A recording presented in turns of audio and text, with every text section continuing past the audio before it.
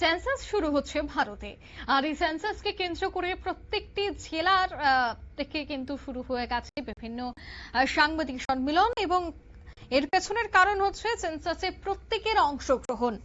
ভারতীয় জনগণনা 2027 কর্মসূচিতে সকলের অংশগ্রহণের আহ্বান জানাচ্ছেন জেলা শাসকরা। আজ দেখা গেল উত্তর ত্রিপুরা জেলার জেলা শাসক চাঁদনী চন্দনের আহ্বান যে প্রত্যেকেই এই সেন্সাসে যেন যোগদান করেন।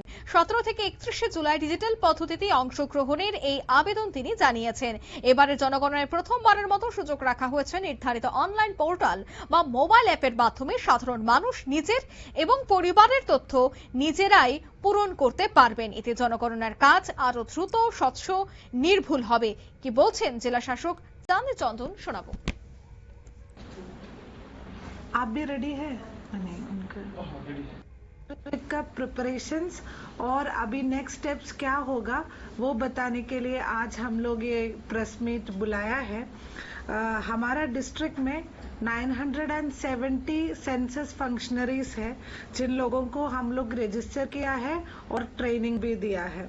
846 एन्यूमरेटर्स और 124 सुपरवाइजर्स हमारा डिस्ट्रिक्ट में सेंसस ऑपरेशंस चलाएगा।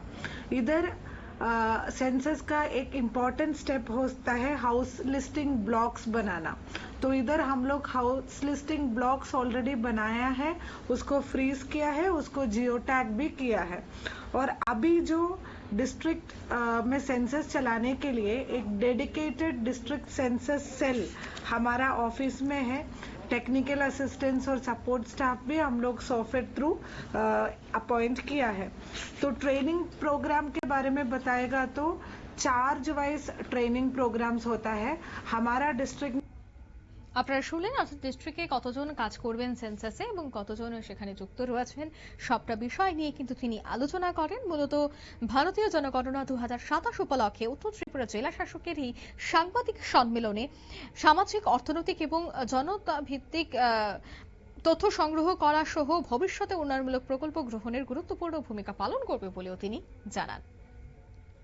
এই মুহূর্তের সংবাদ এ পর্যন্ত। আমাদের পরবর্তী নিউজ এবং আপডেট দেখার জন্য অবশ্যই চোখ রাখবেন শুধুমাত্র নিউজ ভ্যানগার্ডের পর্দায়। ধন্যবাদ।